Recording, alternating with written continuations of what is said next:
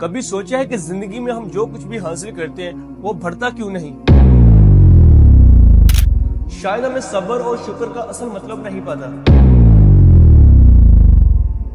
اللہ تعالیٰ فرماتے ہیں کہ اگر تم شکر کرو گے تو میں تمہیں اور زیادہ عطا کروں گا۔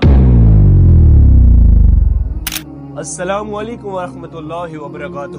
آج الحمدللہ ہم رمضان کے 5ویں دن میں داخل ہو چکے ہیں۔ یہ مہینہ صرف روزے رکھنے یا عبادت کرنے کا نہیں بلکہ صبر اور شکر کا درس بھی دیتا ہے ہمیں۔ نبی کریم صلی اللہ علیہ وآلہ وسلم نے فرمایا مومن کے لیے ہر حال میں بھلائی ہے، اگر اسے خوشی ملے تو وہ شکر کرے، اگر اسے کوئی تکلیف ملے تو وہ صبر کرے۔ رمضان ہمیں سکھاتا ہے کہ بھوک اور پیاس میں صبر کرے اور اللہ کی تمام نعمتوں پہ شکر ادا کرے۔ ہمیں چاہیے کہ ہم روزے کی حالت میں دل، زبان اور نظر کو ہر برائی سے محفوظ رکھیں، دوسروں کی مدد کریں اور ان کے لیے آسانیاں پیدا کریں۔ آج کے دن ہم یہ نیت کریں گے کہ صبر اور شکر کو اپنی زندگی کا حصہ بنائیں گے۔ اللہ تعالیٰ ہمیں صبر اور شکر کرنے والوں میں شامل فرمائے۔ وعلیکم السلام ورحمۃ اللہ وبرکاتہ۔